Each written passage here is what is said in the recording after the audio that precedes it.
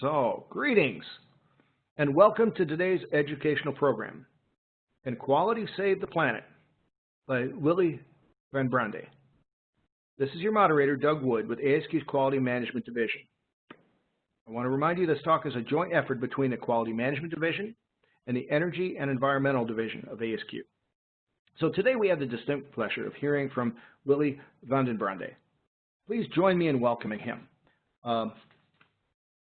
I'm going to give you some information about him.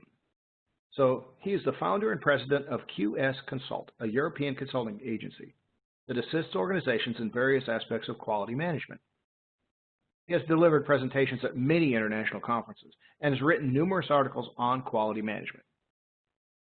Willy holds a master's degree in civil engineering and a master's degree in total quality management. He holds a Six Sigma Black Belt certification from ASQ. Willy is also an ASQ Fellow and an academician of the International Academy of Quality, IAQ. Within IAQ, he is the Vice Chair of Quality in Planet Earth Concerns think tank. In 2019, he was awarded the ASQ Jack Lancaster Medal for outstanding leadership in promoting quality worldwide. And so, without further ado, it is my pleasure to introduce Willy. The floor is yours. Thank you very much, Doug, for your kind introduction. Good day, ladies and gentlemen. Hello to everybody, wherever you are and whatever the time is. I'm very happy that you're joining me for this webinar, as already announced by Doug, titled Can Quality Save the Planet? Now, generally, when a presentation has a title with a question mark, you will have a big expose and a lot of reasoning and arguments, and then at the very last slide, the answer will be revealed, so the ta-da moment. However, today we will do this quite differently. And actually, I'll immediately give the answer, which may be a little bit disappointing as well, on the next slide. And the answer is no. Now, why can't quality save the planet? First of all, because that's not really necessary. In fact, the planet was here long before us, and I'm pretty confident it will be here long after us as well. Maybe, a slogan like "Let us save the planet" is an example of what I would call human arrogance. Actually, there's a Dutch biologist, I think, who called Homo sapiens sapiens an ape with an attitude. So we'll have to be careful what our possibilities are. And the second reason why we will not save the planet is because it really is not possible for one group of people with one type of specialized knowledge to solve the very complex problems that we are faced with generally, actually, on a societal level. Many of you have heard this nice word, VUCA, volatile, uncertain, ambiguous, which are 3 times more or less the same, but also complex. And complex problems have their own peculiarity. One of them is, for instance, something that will sound a bit strange to quality specialists. Promise not to shoot me. Root cause thinking leads to nowhere. What do I mean with that? Belgium, for example, has a big traffic problem. And we all know the root cause. It's too many cars at the same time in the same place. And yet it does not get solved, despite knowing the root cause. In fact, what you sometimes see is that we long for simple solutions that don't work with complex problems. So anybody who has a good idea about doing something about traffic jams, as soon as he utters that idea, the next question the journalist will ask is, will this now solve the problem? And of course it won't. So we have to be a little bit humble. We can't save the planet, but there are things that we can do. But before we go into that, I want to start with the big picture on sustainability. And a good way to start a big picture is with a definition. Now, the definition you see here was launched in 1987. It's the Brundtland definition from the United Nations, and I'll read it out. Sustainable development is development that meets the needs of the present generation without compromising the ability of future generations to meet their own needs. Now, some words here are in red, and the reason why these are in red is because, in my view, they are the words that make this not a very good definition anymore. And why is that? Well, first of all, it says present generation, future generations, and what is meant is generations of people. Homo sapiens sapiens. Some people may know or have heard of Hans Rosling, who unfortunately recently died. He's a Swedish doctor statistician, and he has made amazing videos, and you should check them out on YouTube. One of them, I think the title is 200 Years, 200 Countries, 2 minutes. And in 2 minutes you will see how well the world is doing, or rather how well people are doing on that world over the last 200 years. And on the graph on the right, you can see that humans are doing very well since 1800 until now, but the other graph in orange shows the extinction rate of other species, and that's going very fast as well. So we have to be careful when we talk about generations. If we're only looking at people, we may do well, but we may be losing a lot at the same time. So that's one problem. The second problem deals with the needs, because of course there's an infinite amount of needs that one could think about. Since the corona crisis, we obviously know that needs are very limited, pasta and toilet paper, and that's pretty much it. But I will come back to this towards the end of my talk to indicate why this could be a problem towards sustainability. Now, based on these, in my view, weaknesses, I came up with another alternative. I call it a better alternative. I'm also one of these apes with an attitude, I guess. Sustainability means that the present generation takes the necessary actions to pass on our unique ecosystem to the next generation in a better state than it was received. And actually, before I came up with this definition, I did some publications, and the publications were titled Quality of All Life, indicating the impact of quality on there. Now, we cannot save the planet, but we can do a major contribution from quality in passing on our unique ecosystem to the next generation in a better state than it was received.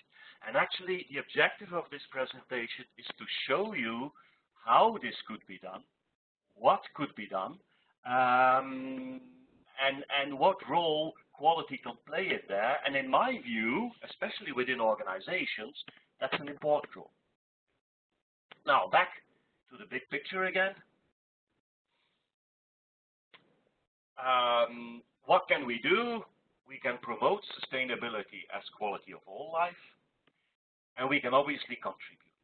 We can contribute as individuals, like all individuals can, but we can also contribute as quality professionals within our organization. And it is this last point that will be key in the presentation. So now back to the big picture. If you talk about sustainability, one of the best known elements of it are the Sustainable Development Goals, or SDGs as they are well known.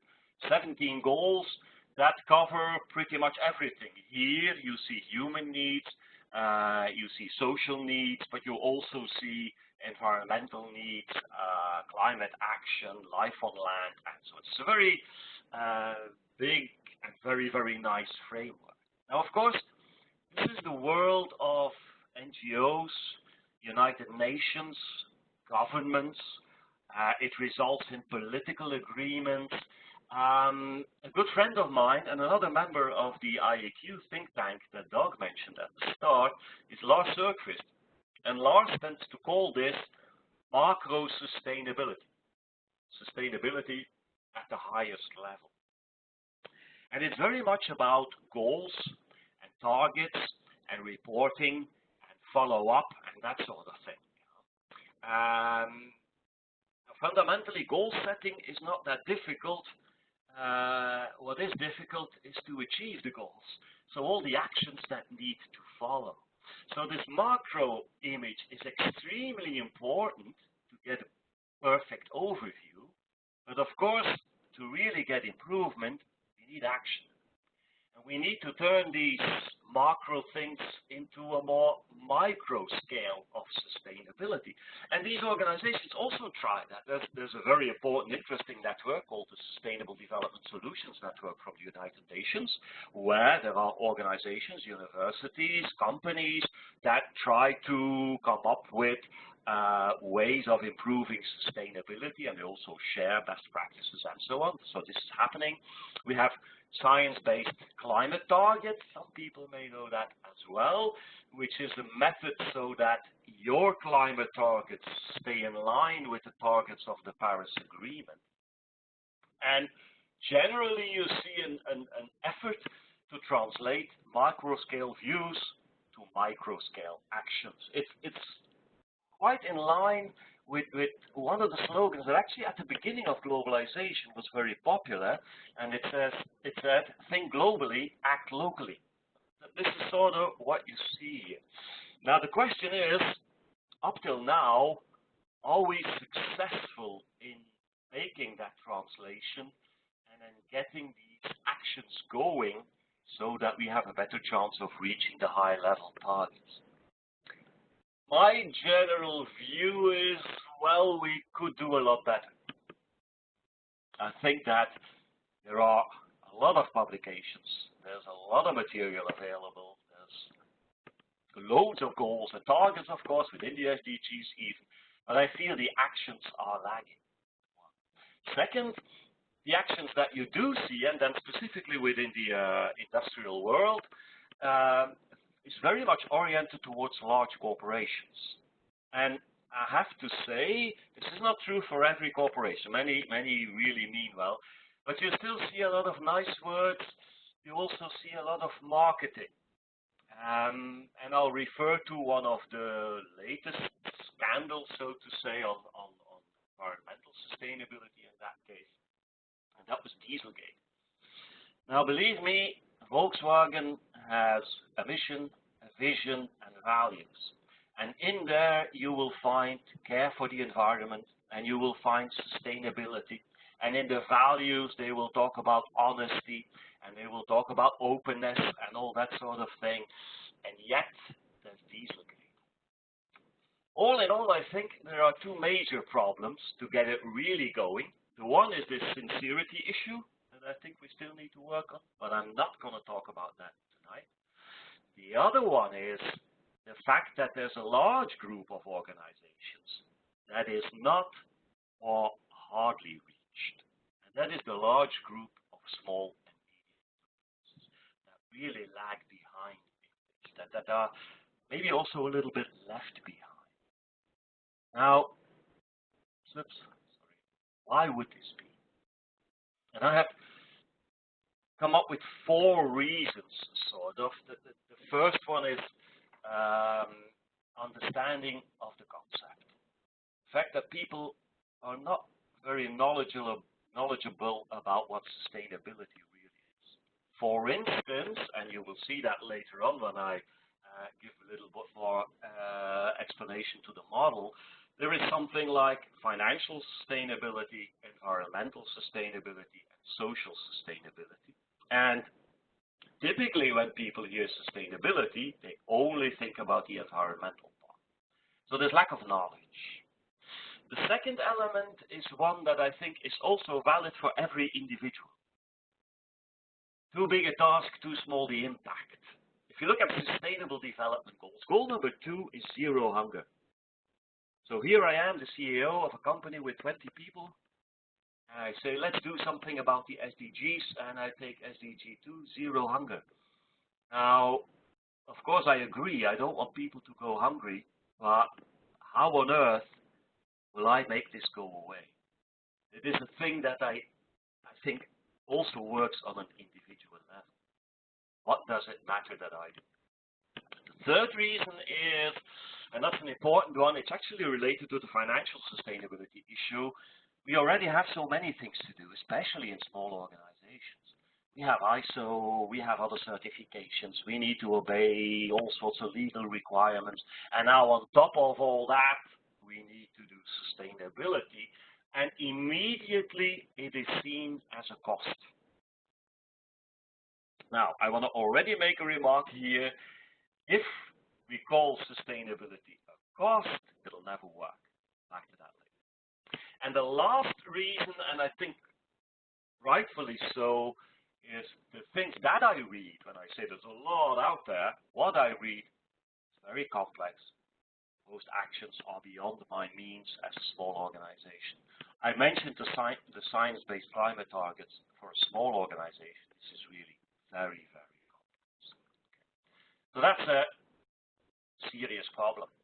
And actually, there's research more or less confirming the causes that I just mentioned.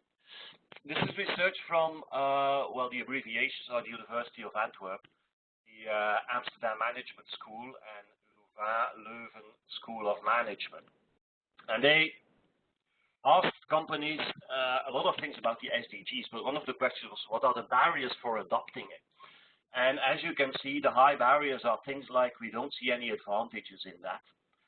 Our internal stakeholders don't see advantages in it. Look at financial resources. This is somewhat a barrier and high barrier. So you do feel that many, many companies feel a lot of restraints to start with anything related to SDG or even sustainability at a lower level. Now, how can we turn that around? How can we turn it? We look at the causes and we see at what we can do about them. The first one, not enough knowledge, provide knowledge. So educate and explain. What is sustainability? What is financial sustainability? Make people understand that this is not something that is far-fetched, but that is really important for their own organization. And also it means this will be an investment, and I will show you some examples that it's an investment with a high return. Secondly, that's the impact. There is strength in numbers. A massive amount of small contributions really has a big impact. We need to go back to simple basic math. If you save a little bit of energy at home, you may say, well, I hardly notice that in my electricity bill. But if 20 million people do that within the US, that does make a difference. The third one is crucial for this presentation, and that was, we already have so many things to do, this is going to cost us money, this is where the investment comes back again. You need to integrate that. You're a small organization, you know you don't need a sustainability department. Actually, you most likely have people or a department there that's busy with quality, and they are perfectly placed to start out sustainability movements within your organizations.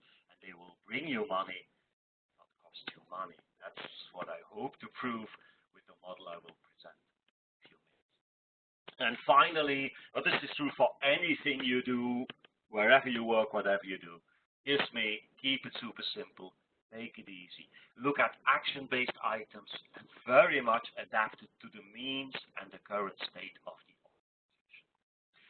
Now, in the next 20 minutes or so, I will try to convince you that quality is perfectly placed to lead sustainability within an organization. But before we do that, I would like you to think for yourself for a moment, how are you doing at the moment within your organization? What is the current role of quality functions, the quality department in sustainability? We don't do a poll here in view of timing and to avoid technical glitches, but you have the possibility of saying we do nothing, we're slightly involved, we're heavily involved, or we're even leading. Anything that has to do with sustainability will start from us. Now, by coincidence, just 2 days ago, I gave the same webinar for a London-based quality organization, and there were about the same number of people, and they voted, and I can give you their voting result.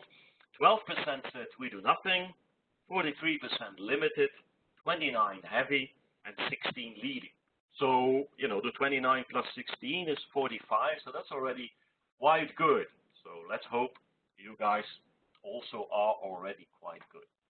But if you're not, I hope I can help you a little bit with the model I'm presenting here. Now it's titled AAA Sustainability, but what it really is a matrix that links sustainability status with the pillars of sustainability and the quality methods and tools.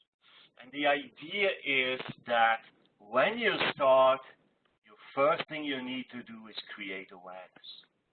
When you have awareness and people understand that there is no contradiction between sustainability and profitability, and that the financial sustainability of the organization will thrive by working on sustainability, you can set a next step towards a more strategic approach, an adoption phase, where you will have sustainability as the guiding force for the future. And finally, you can get an achievement state, a sort of a holistic sustainability, where sustainability is really driving the entire organization on a value base even. Now you will see that as you go through this model, as you progress, you will go, as far as focus is concerned, from a focus on financial sustainability to get started, to a focus on environmental, to finally an overall encompassing system. Now, we'll go into detail on these very different statuses and the links with quality. But why do I say that quality is perfectly placed to do this, to implement a model like this in an organization? Because if you look at this step by step, this is actually the way quality has been running into an organization, has developed itself. Let's look at the key sentences here. Operational. Most companies start their quality efforts within the operations. Only later on it becomes strategic, and when it is strategic, it becomes company-wide. And the next step we do is to expand our quality views and methods and functions and tools outside of our own walls. We look at suppliers, we look at customers, we look at the surrounding of our company, so we become much more holistic in our approach towards quality. So in the same way, this is an almost natural way of developing sustainability within an organization. And there is another thing, and a very important thing. That is, in the awareness phase, this operational phase, we move a false contradiction between sustainability and profitability. Should ring a bell with many quality professionals. Because many of us have been fighting this battle already in the past. It's a battle we know. It's a battle we fought. It's the battle to remove the false contradiction between quality and profitability, between quality and the speed of production and so on. We know all about this. Actually, the Japanese told us when they started with TQM how there is no better way than the right way, the good way, the quality way. One of the first things I learned when I entered quality, and for a long time ago, was it is equally expensive to make a good part as it is to make a bad part. So there's absolutely no point in making bad parts. So we know how to do this, and actually this awareness phase is something that I think many of us do day in, day out, real actions without realizing it.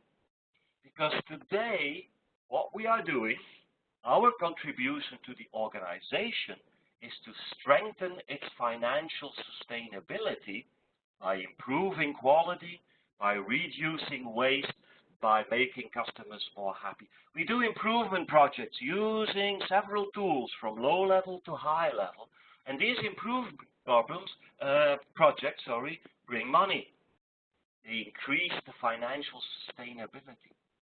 But very often, they have a direct influence as well on the sustainability of the organization, on other elements of sustainability, typically on environmental sustainability. A couple of examples. We reduce reject and scrap, which means we need less raw material, which means we save money, but it also means we put a less heavy environmental burden on the outside world by needing less raw materials. We reduce energy consumption, which saves money, but which also could mean that we reduce exhaust of greenhouse gases, which is good for the environment. The only problem we're having today is we are sometimes ourselves not enough aware of the good things we do, and how when we present projects like that, it is very easy to add the sustainability aspect of it. And remember when I said you have to see this as an investment. In fact, investments towards an increased sustainability, for instance by reducing raw materials, energy, and others, will bring money today. I promise you it will bring more money tomorrow and in the future, especially from a point of view of reduced cost and avoided cost. Let me give you a simple example, a resource that we all have always took for granted, water. Water is everywhere, it is cheap, and I once heard this at a keynote speech in a world conference: when it's cheap, it gets wasted. Now, what is happening today is that you have to start putting question marks next to the cheap. Let me tell you something. I recently made a study of the price of water in Belgium, actually specifically in the region where I live, Flanders, Bruges. I know how much do I pay for water. The speed with which the water price increases is 3 times as high as the average price increase. 3 times as high. So if you do a project today, operationally, that means you use less water in your process, this is good for the environment, it'll bring you money, but it will also be an extremely profitable investment toward the future. And once this is seen within an organization, now you will start thinking strategically, because what is strategy? Strategy is preparing for the future. And preparing for the future will mean preparing to become more sustainable than you are today. To focus on reducing harm, in that way create extra benefit financially, and that way make sustainability a strategic issue. Now it becomes incorporated in mission, vision, and objectives. Okay? I think personally, once you've got the awareness going, actually, the first thing you need to do is you yourself be aware of what contributions you already do, and then talk about it, and use it to show the rest of the organization what benefits can come from that. Once you have this within the culture, the next step will become simple. Once people see the benefit, the barriers to work on it disappear. That is what we must aim for. Communication is one of our biggest jobs anyway. Okay. Important in this area is to expand from the operations to the overall organization. And I think one of the areas, and it's a sort of a basic point with me, one of the areas where quality needs to put much more emphasis on is on design, on development of new products and new services, because that's where the future lies, and we have to make sure that these new products and new services are suited for the future and are automatically also more sustainable than what we do today. So looking at improving design will be a very important one in this adoption phase. Using tools like Design for Six Sigma much more, not just problem solving, using things like TRIZ, theory of inventive problem solving, expanding Lean and TPM beyond the operation, that sort of thing. Now, the next stage, ultimate stage, the achievement stage, which is sort of a holistic quality. This is, you know, a little bit of a dream. I would be very, very happy if all companies would come to the adoption stage filled into the maximum. That would already be really wonderful. The holistic sustainability stage would be even better, but that will be something that will not only require changes within organizations, but also changes in industry and actually in society as a whole. This is where the SDGs become the basis for full social responsibility. They become the drivers for what we do, how we make a living, and how we live together. Now, it means when I say we need to think about entire systems then to come there, I'll take an example to illustrate that. Again, we can do an awful lot and we must do an awful lot. And I know all of you are capable of making serious steps in the right direction. But we are living within an overall system, and that has an influence in itself, of course. So let's look at SDG 13, which is called climate action. It's actually the only SDG that has the word action in it, which is kind of nice. And obviously we're talking about global warming. And some extremely important people, much more important than I am, have been talking about global warming and have had their organizations work and do studies on it. So here you see on the left Mr. Ban Ki-moon, who used to be Secretary General of the United Nations. You have Ms. Christine Lagarde, who is now with the European Central Bank, who was at the time at the head of the International Monetary Fund. You have the OECD that does a lot of studies on this. And basically, all of their studies have come up with a statement that global warming is a threat to the economy. In fact, I think it's OECD, I'm not 100% sure here. They made a prediction that by 2050, if we don't do anything, about 25% of the economy would have to be spent on combating the consequences of global. Now, as a quality specialist, I always wonder, yes, but what is cause and what is effect?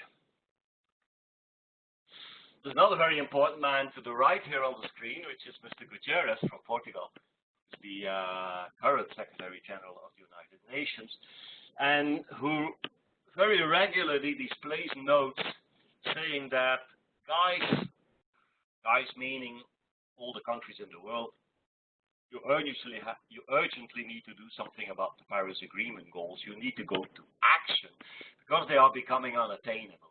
Actually, most specialists say they already are. Because what you see in the real world is that in the past 25 years, only in 2009, greenhouse gas emissions decreased. Now, 2020 will also be a very good year for greenhouse gas emissions. They will also decrease. Why? Because 2009 and 2020 will both have had and will have a very, very serious economic crisis. This should make us think, I believe. Personally, I feel like the economy has shifted over the last 50 years from an economy fulfilling the needs of the people to the people now having to fulfill the needs of the economy. There must be a reason why they call us human resources. And that is a shift that I think at some point in time, a chain we will need to break and rethink, because population growth and economic growth, making climate action almost a lost battle. Actually, by the end of 2010, the little gain from 2009 was completely erased, and it could well be that the same will happen after 2020. So what I see happening is that the economy is fueling the global. And there is some truth in what Sir Willy Vandenbrande is saying here. Anyone who believes in indefinite growth on a physically finite planet is either mad or an economist. With my apologies to the economists in the audience. Now, of course, serious crisis is also an opportunity. Never waste a good crisis. And this is another thing I want you to think about. I'll give you the results of the poll I did with the UK organization there. There's a lot of talk about, the post-COVID society, or even the post-COVID economy will be different than the pre-COVID economy. Different meaning it'll be more focused on sustainability, it'll be more focused on circular economy, short change, not the very long value change and deliveries all over the world, and so on and so on. There will be more working from home, which is probably true. But I don't know if this is really true. So the question is, and just think about that a little bit for yourself. How do you feel this? Do you think, well, it sounds nice, but in the end, nothing will change? By 2022, it'll be business as usual. Or you say, well, maybe a few things will change for the better, like maybe working from home a little bit. Or you're more on the positive side, say a lot will change. Or even you believe everything will change after the COVID crisis, a new economy will emerge that will be much, much more sustainable. So you think about that for a second. And let me give you the results from the poll I did with people in England.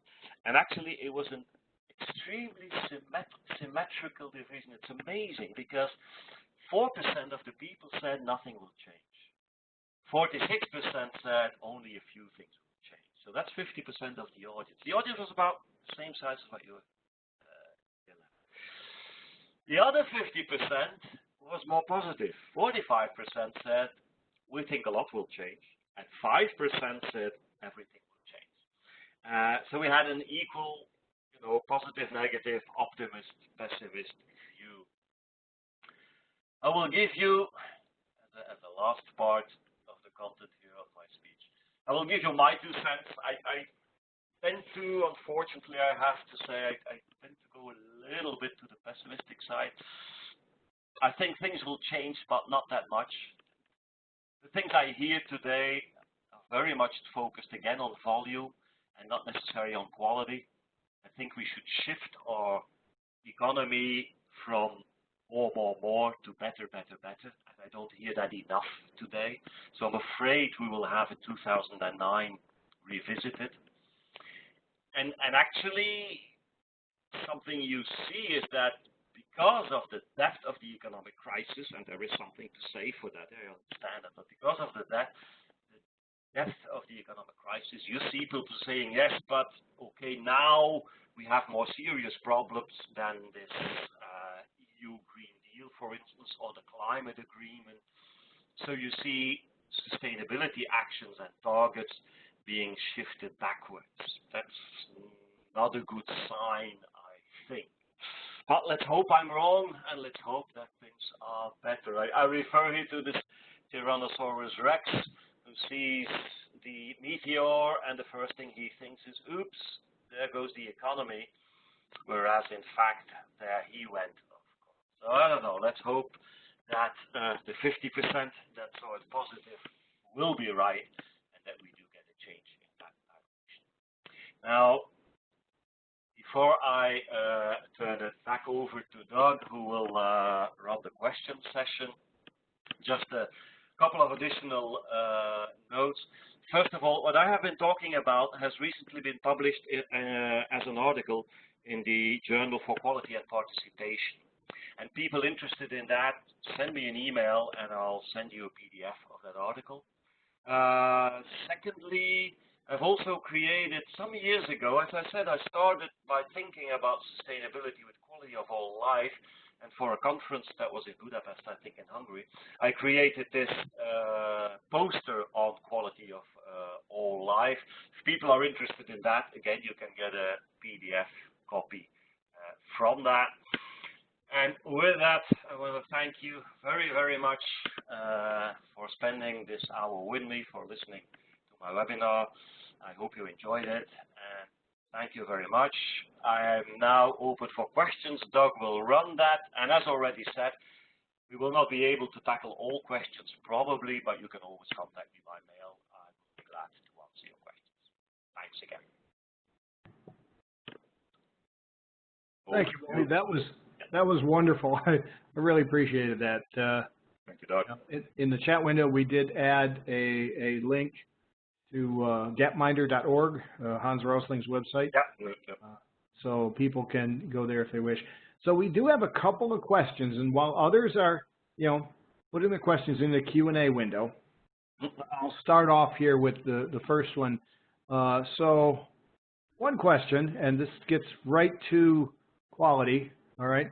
And I'm going to add something to it. Ricardo asks, how will Industry 4.0, and I would add Quality 4.0, revolution affect sustainability in the short run? Would it help?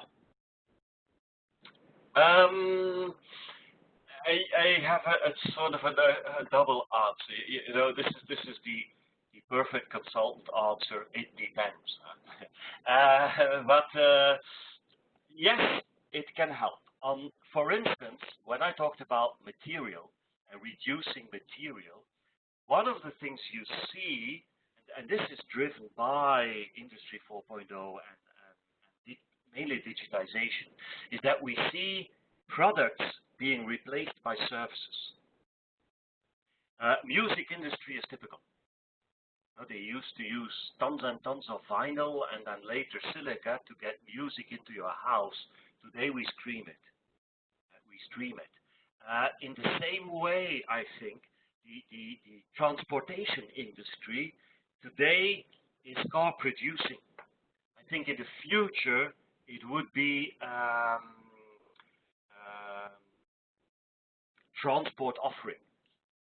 And that will mean less cars will be needed. Actually, I'm amazed at cars, but I can't blame anyone because I have a car myself. But, a car is probably the least efficient piece of equipment ever invented. If you had a process running like a car in your factory, you would throw it out and ask somebody else to give you the service immediately. It's a sort of equipment that works for 1 hour a day. So, there's huge potential in replacing product by service. So this is definitely a good thing. And also, if you think about manufacturing 4.0, quality 4.0, you'd get less and less rejects, you'll get less and less rework, you'll get better and better and better products. So that's also helpful. The one thing we must not forget, however, is that information is running on systems, and the systems are running on electricity. And I think we sometimes underestimate the amount of energy that is needed to keep this whole information system running. I think that's something that we need to think about. That would be on the negative aspect of sustainability. So I was not that long in December, I was still in China at a conference, and someone gave the analogy. He said, the human body, brain, is only 2% of the weight of the human body, but it consumes 20% of the energy. I think this is something similar that we need to take into account with our information technology. So that could be a bit of a drawback. We may underestimate that. Okay, thank you. If I could just add a thing to that, the Industry 4.0, Quality 4.0, a lot of it depends on electronics and electronic circuits and the Internet of Things and all these devices which essentially are creating. I have a whole closet full of useless electronics. They can't be recycled. I have no idea where to send them. So that's another sustainability issue. Okay, so we got a couple more here. Here's a good one. Are there common metrics for sustainability?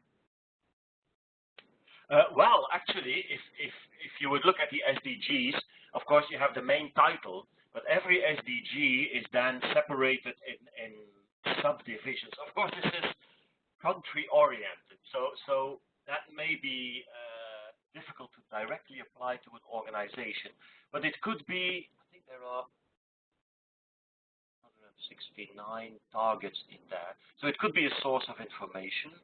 The science-based climate targets give you a specific way of calculating your impact on the atmosphere, global warming.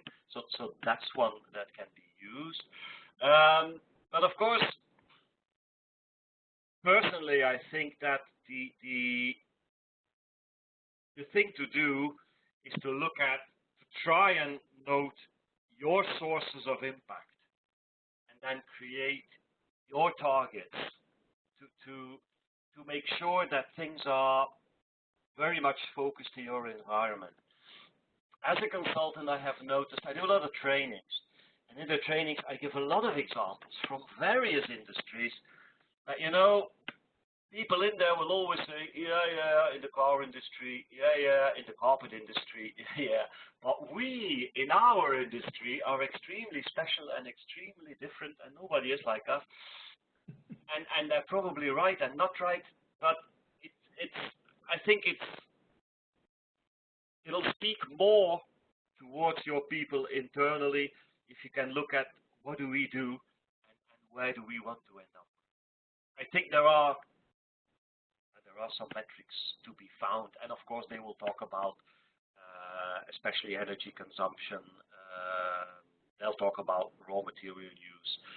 They'll talk about anything that you need to dump or get away with. I would advise you to think about things that are maybe cheap today.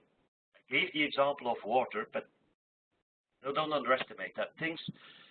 Anything that has to do with impact on environment or other things will become more expensive. So definitely don't forget these.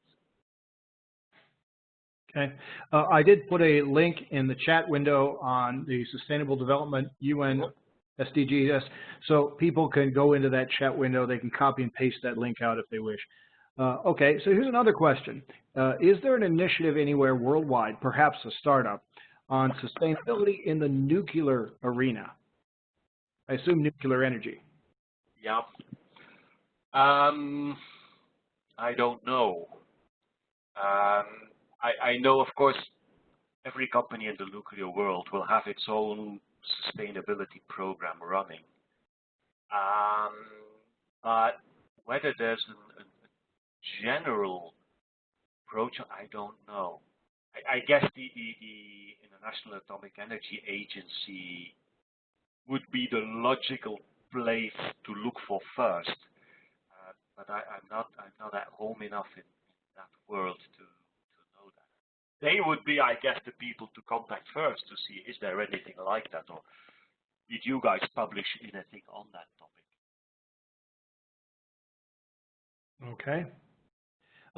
So we got a couple more questions here. One of them, do you have any idea how regulations can best be used to address some of these shortcomings?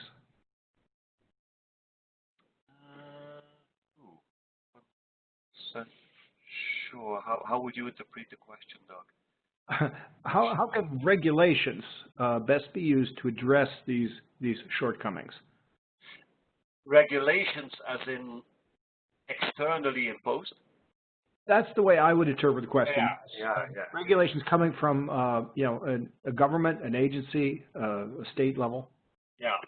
Well, of course they would have it. I mean, if you have to work within the law.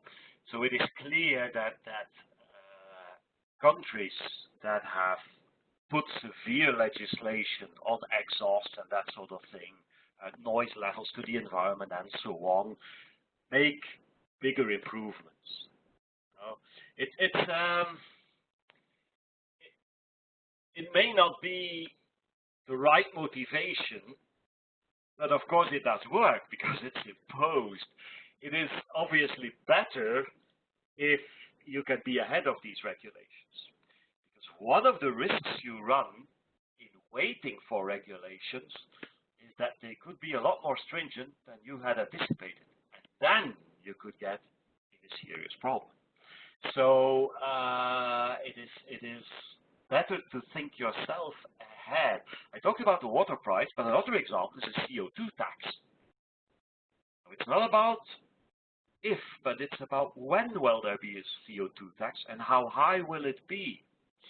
So if you think, oh, it'll still be 50 years before they come up with something, and it'll probably be only a few cents per ton, and all of a sudden there's legislation of a couple of dollars per ton, and in 2025, you could be in serious problems.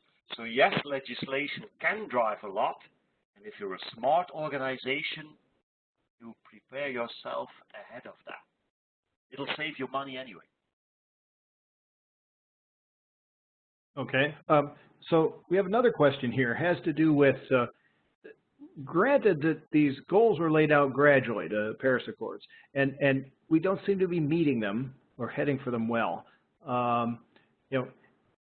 Should dramatic effects be felt in our society, do you believe that there will be a strong acceleration of the interest in driving these changes towards sustainability? In other words, are things going to happen faster because they haven't been acting very well in the last decade? Probably. I mean, we can react very fast, as this COVID crisis is showing. The big problem with global warming is that it goes slow, and we don't feel it in one big splash. Yes, I think you are right.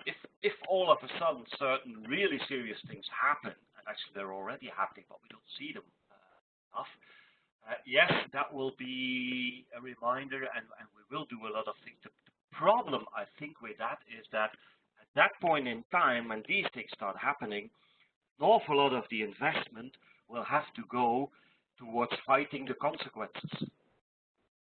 And that may mean that preventing it from getting worse might not speed up enough, even then. So that's a big risk. And I'll just tell you a little story. I travel a lot, and I was in Ecuador once, and you're up in the Andes at 4,000 meters, and you talk to a farmer there. And the first thing the farmer talks to me about is global warming. Why? Because he lives off the land.